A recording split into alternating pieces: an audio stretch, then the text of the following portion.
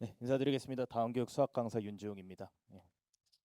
네, 뒤에서 국어 선생님 말씀을 같이 좀 들었습니다. 들으면서 느낀 게 역시 공부 다 똑같구나 이런 생각을 좀 했습니다. 왜냐하면은 제가 오늘 말씀드릴 이 공부의 방향성도 사실은 큰 틀에서 똑같더라고요. 그래서 뭐 한편으로는 다행이다, 이해하시기 쉬우시겠다, 뭐 그런 생각을 좀 했습니다.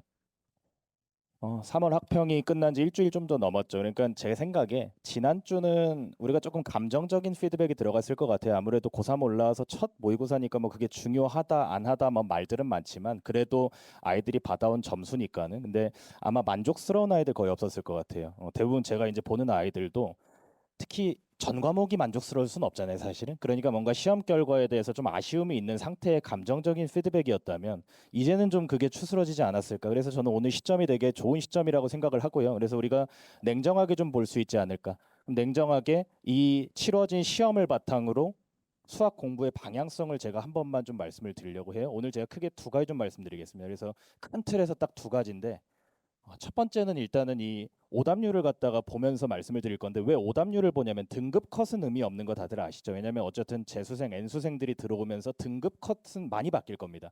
다만 오답률은 되게 유의미하다고 제가 느낀 이유가 좀 있는데요. 이 오답률 1위가 21번이에요. 문항번호로서. 요거는 이제 EBS 기준에서 미적분 선택자들의 오답률인데 이거 선택 과목이 바뀌더라도 21번이 오답률 1위 문항입니다. 그러면은 우리가 평소에 생각했을 때 22번이나 30번 요게 이제 가장 어려운 문제다라고 알고 계시는데 21번이 오답률 1위를 한 이유가 무엇이냐? 여기서부터 이제 얘기가 출발을 하는데요. 21번의 생김새는 이렇게 생겼습니다. 뭐 문제를 다 보실 필요는 없는데 결국 수학 원의 수열 단원의 문제죠. 그러면 이 문제에서 구하라고 하는 것을 우리가 한번 볼 필요는 있을 것 같아요. 구하라고 하는 게 모든 A1 값의 합입니다. 그리고 이 문제는 주관식 문제거든요. 그리고 이 문제의 답이 381이에요. 그리고 합을 구하라 했잖아요. 근데 더해지는 게 이 숫자들이 더해집니다. 1, 2, 6부터 17까지가 다 더해지고 마지막에 240까지가 더해져요. 그러니까 아이들이 틀린 이유가 이해가 돼요, 사실은. 아이들이 틀릴 문제예요, 사실 이 문제는. 그러니까 이 문제가 오답률 1위를 했다고 해도 누구도 의심하지는 않습니다. 이거는 틀릴 수밖에 없는 문제예요, 사실은. 틀린다면은 이 문제를 틀릴 겁니다. 오히려 22번이나 30번은 수학을 어느 정도 공부했다? 그러면 답은 있어요. 이게 답이야? 그럼 맞습니다. 근데 얘는 뭔가를 구했는데 애매하게 만약에 이걸 안 구했어요. 그러면 큰 차이로 틀릴 수가 있어요. 왜냐면 이거 숫자 하나가 되게 튀잖아요, 지금 상황이. 그러니까 모든 상황을 다 고려를 해야 됐기 때문에 아이들이 21번을 틀렸을 수 있겠구나. 이게 오답률에서 드러났다. 근데 솔직한 말로 오답률도 현역들끼리의 시험의 오답률이긴 하잖아요. 이번 시험을 재수생들 보지 않았으니까. 근데 제가 여기 오답률의 유의미함을 느꼈던 이유는요. 바로 직전 연도 수능 오답률 1위 문항이 이 문제였기 때문이에요, 사실은. 그래서 바로 작년 수능이죠. 작년 11월에 치러졌던 이 수능의 22번 문제입니다. 이거는. 이 문제에서도 구하라고 하는 게 A1 값의 합이었어요. 그러니까 이게 똑같은 거예요. 사실 3월 학평이요. 중요하다면 중요하고 중요하지 않다면 안 중요하겠지만 저는 수학에서 뭐가 중요하냐면은 이게 서울시 교육청에서 작년 수능의 오마주를 되게 많이 시도해요. 항상. 그러니까 이 문제를 아까 그 문제로 오마주 했다라고 저는 또 보이는 거고 공교롭게도 둘 다 오답률을 1위를 했습니다.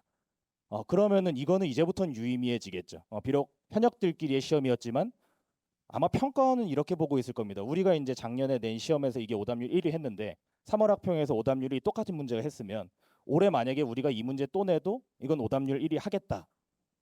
저도 알고 평가원도 알고 이건 학생들도 알고요. 그리고 실제로 나와도 오답률 1위를 합니다. 웃기게도. 왜냐면은 극복을 해야 되는 거잖아요. 근데 극복을 안 하고 오답률 1위가 또 되는 그런 현상들. 그러니까 이게 이제 한 2년 전부터 이 문항의 절대적인 난이도가 좀 낮아지면서 변별의 요소로 이제 생각을 한 게 이런 부분이거든요, 사실은. 그래서 제가 이제 요까지 좀 설명을 드리겠습니다. 그래서 요 문제가 직전 연도 수능 22번인데 이게 23학년도예요. 이거는 이제 2년 전이거든요. 사실 2년 전에도 똑같은 문제는 있었습니다.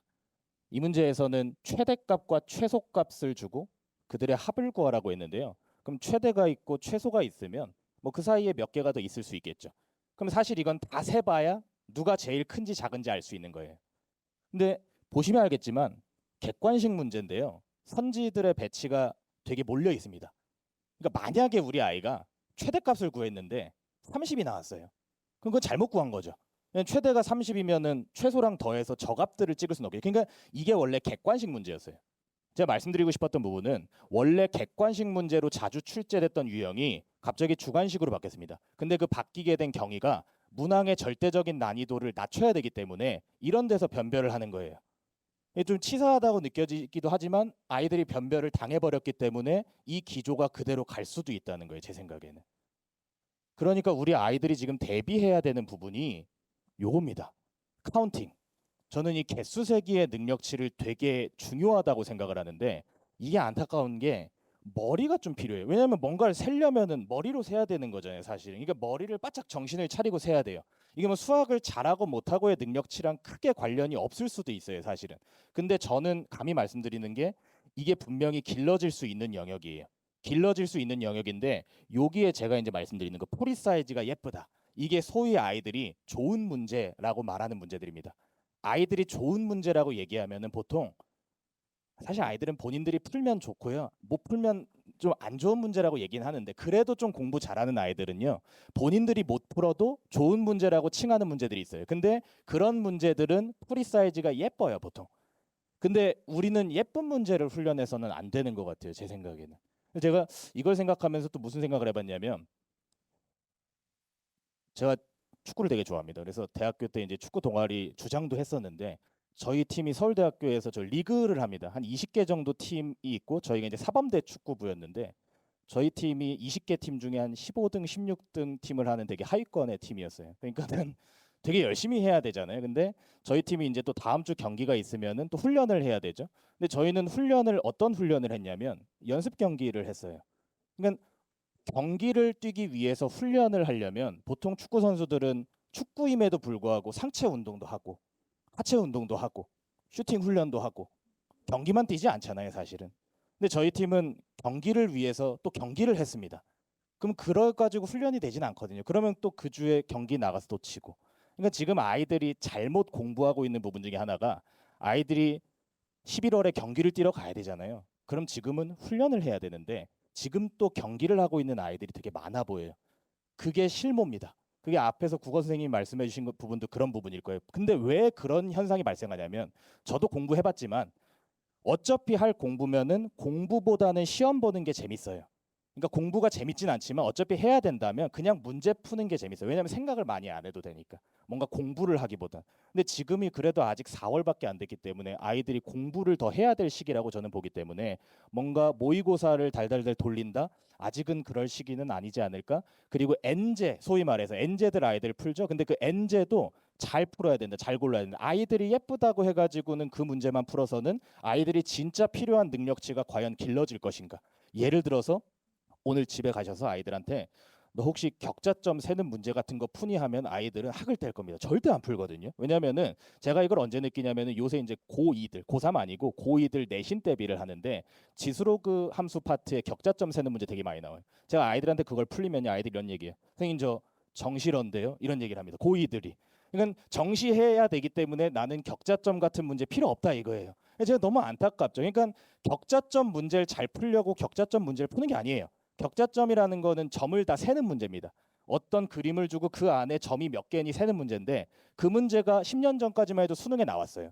그래서 이제 수능을 대비하는 문제라고 생각할 수 있는데 요새는 절대 안 나옵니다. 그래서 아이들은 선생님 저 수능 볼 건데 왜 이런 걸 해야 되나요? 근데 이건 훈련이죠. 이런 걸 통해서 다른 영역이 길러질 수 있는 걸 아이들이 모르죠, 사실은. 그러니까 저희는 그런 걸 알려줘야 되는 어른들이니까 사실 아이들한테 그런 걸 좀 알려줘야 돼, 사실. 이런 걸 통해서 이런 카운팅의 능력치를 길러야 한다. 그리고 그게 요새 트렌드로 당연히 자리 잡았고 그게 이번 3월 학평의 오답률 1위 문항으로 여실히 드러났다라고 저는 생각을 좀 합니다. 이게 결국 귀결은 근데 이렇게 됩니다. 그래서 미적분 내신 대비를 해야 돼요. 왜 그러냐면은 내신 대비를 하면서 풀 수 있는 지저분한 문제들. 실제로 아까 말씀드린 요 프리 사이즈가 예쁜 깔끔한 문제를 이게 수능형 엔제 문제들. 되게 깔끔하게 생겼습니다. 문제 보기에도. 근데 내신 문제들. 문제 줄만 한 8, 9줄짜리 문제들이 되게 많아요. 아이들이 그런 문제들을 지저분하다고 안 풀어버리거든요. 나는 어차피 수능 볼 거니까 내신 준비 안 할 거예요. 근데 어차피 똑같은 수학 공부고 우리도 훈련을 해야 되기 때문에 내신 준비를 하는 과정에서 길러지는 영역이 분명히 있습니다. 그래서 제가 아이들 내신 대비 시키면서도 아이들 가리지 않습니다. 뭐 정시러든 수시러든 다 같이 내신 대비하는 거예요. 저희 반에서는. 그러니까 그런 걸 통해서 간접적으로 길러지는 영역들, 그런 것들을 오히려 노리는 거죠. 아이들한테는. 두 번째입니다. 제가 오늘 두 가지 말씀드린다고 했는데 첫 번째가 이번 3월 학평 오답률 1위를 통해서 본 아이들이 길러야 되는 능력치, 이 개수 세기, 카운팅에 대한 능력치가 첫 번째였다면은 두 번째는 기출 공부 어떻게 해야 되는가. 이것도 이제 앞에 국어 기출 어떻게 해야 되는가 말씀을 하셨기 때문에 거기에 이제 이어서 수학 기출은 그럼 어떻게 해야 되는가. 이게 내신을 위한 기출 공부와 수능을 위한 기출 공부가 다르다는 거죠. 왜 그러면 내신 아시다시피 타임어택이잖아요. 그럼 그 풀이를 다 알고 있어서 와다다다 써내야 되는 문제들도 되게 많잖아요. 그러니까 내신을 위해서 아이들이 지금까지 기출 공부를 해왔다면 정말 시작부터 끝까지 모든 게 다 외워져 있어요. 아이들한테는. 근데 안타깝지만 수능에 똑같은 문제는 안 나오거든요. 그러니까 그걸 외우는 게 내신 시험에는 유리할 수 있는데 수능 시험에는 유리하지는 않아요. 근데 아이들이 내신 공부를 아예 안 하진 않았죠. 분명히 했습니다. 그래서 아이들한테 지금 어떤 일이 발생했냐면 A랑 Z만 외워져 있습니다. 아이들이. 그걸 아이들한테 알려주셔야 돼요. 아이들이 분명히 본인들도 알면서 외면하는 어떤 현실 중에 하나가 이건 무슨 말이냐면요. 어떤 문제를 보여주면 그 문제 안 돼요.